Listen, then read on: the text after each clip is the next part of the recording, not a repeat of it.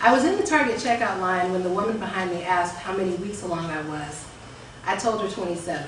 She nodded and told me she had 3 kids. I love being pregnant so much, she said, and instantly I hated her. Yeah, I said. She gazed at me. Tears welled in her eyes. Isn't it beautiful when the baby moves, like little butterflies in your tummy? It felt like a squirrel scrabbling desperately for release from my intestines when the baby moved. It had made me throw up in the bushes outside of IHOP earlier that day. But the woman looked so happy. She had tears in her eyes. Uh-huh, I said. Butterflies. The next morning, I watched as poet and cancer survivor Mark Nepo describe in an interview the moment he found God. Nepo, being the spiritual virtuoso that he is, managed to accomplish his feat kneeling on a hospital room floor, retching so intensely he was vomiting blood. His wife, at her wit's end, cried out, "Where is God now?" And from the depths of his anguish, he whispered, "Here. God is here." The baby kicked the shit out of me then. She knew Mommy had sat in the tub after her Target visit yesterday, the day before, and had gone in a different direction from "God is here." "Hush up, you little heifer," I said. The skin across my huge stomach rippled almost supernaturally in response. Then a McDonald's commercial came on, and I closed my eyes and muted the television to black out the food sensory information, but it was too late. I bolted as much as one 7 months pregnant can bolt to a toilet and heaved up my late morning snack of 2 granola bars, and then that morning's breakfast of scrambled eggs and toast, and then yellow stomach bile because there was nothing left to puke up.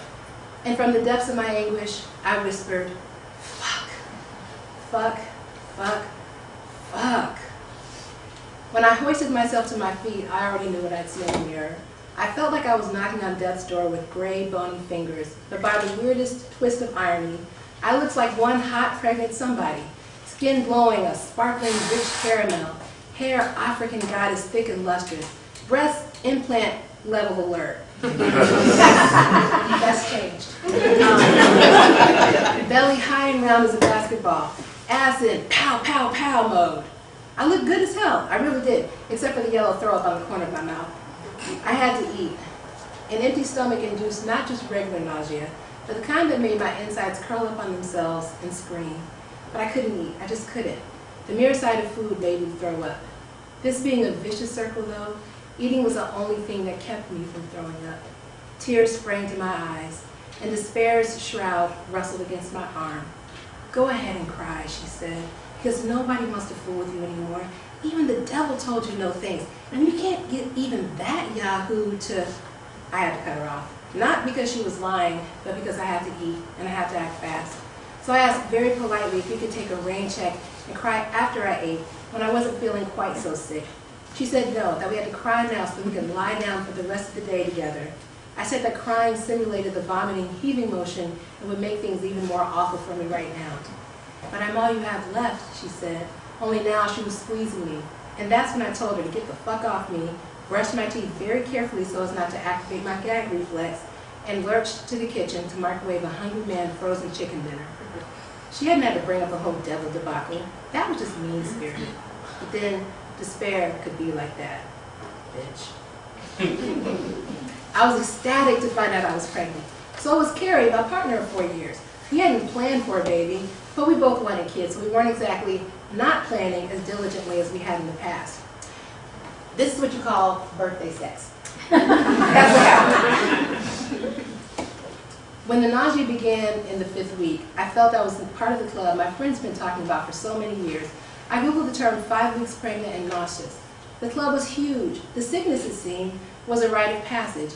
Yes, the term morning sickness was a misnomer for many, myself included, as the nausea could last all day and strike at any time. But that was okay. Morning sickness was a part of being pregnant. It was normal. Perfectly normal, the doctor confirmed the following week at our first appointment. Try some ginger. You can get it in capsules or tea or candles, and it'll help. Also, make sure you eat consistently throughout the day. She paused. If it gets really bad, though, I can prescribe some medication. Don't worry, it's safe for the baby. Oh, no, I said, putting a hand over my still flat stomach. That's changed, too. We want to be as natural as possible. I glanced at Carrie, and he nodded his support. I didn't take medicine as it was. Not for headaches, menstrual cramps, colds, nothing. And what doctors said about drugs not hurting the baby, that was that mainstream crap they were fed in med school. They didn't really know the effects of drugs on the fetus. Half of them were probably Googling shit on their lunch breaks to figure things out like the rest of them. No matter though, because I was on to the lot of them. I was watching The Business of Being Born, I was researching midwives, and I was planning a water birth, maybe even at home. I was granola and Birkenstocks all day, about that life in a big way. Drugs were not on the program. Not for my baby, they weren't. And I tried. B vitamins, ginger pills, ginger tea, ginger drops, nausea wristbands, prenatal yoga, prenatal massage, aromatherapy, The Secret, more fucking ginger. I tried so hard. One night while taking a bath, I looked up.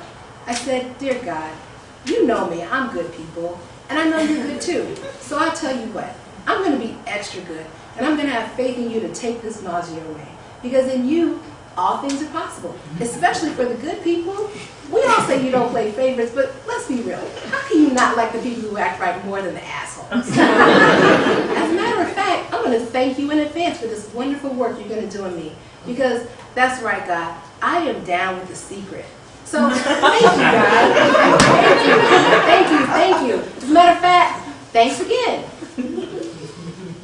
6 weeks later, I white-knuckled the examination table, struggling not to hurl up the crackers I'd eaten off the nightstand as soon as I woke up, as a nurse asked whether I tried leaving crackers on the nightstand so I could eat as soon as I woke up. "Drugs," I whispered through gritted teeth. "Give me the drugs." Doctors didn't go through all those years of medical training for nothing. If they said the baby would be fine, the baby would be fine. "Oh, okay," the nurse said. Have you tried nausea wristbands?" "Give her drugs," Harry said. His eyes mirrored mine, red-rimmed with dark circles. I wasn't sleeping because of the nausea, and we were in this thing together, goddammit. So he wasn't sleeping. "Oh, okay," the nurse said. "Well, let's see, we generally prescribe Reglan or Phenergan, Zofran," I said. That was the name of the medication I kept reading about in all the pregnancy blogs. "Give me the Zofran." "Oh, okay," the nurse said. "Well, just so you know, Zofran is our most expensive drug, which is why we recommend trying out the Reglan first. So why don't we give her the Zofran?" Harry said. He shifted in his seat. He'd been anticipating loads of condom-free sex with a horny, big-boobed person for all the years we've been together. Poor babe. He had no idea just yet how much more the sex well would dry up.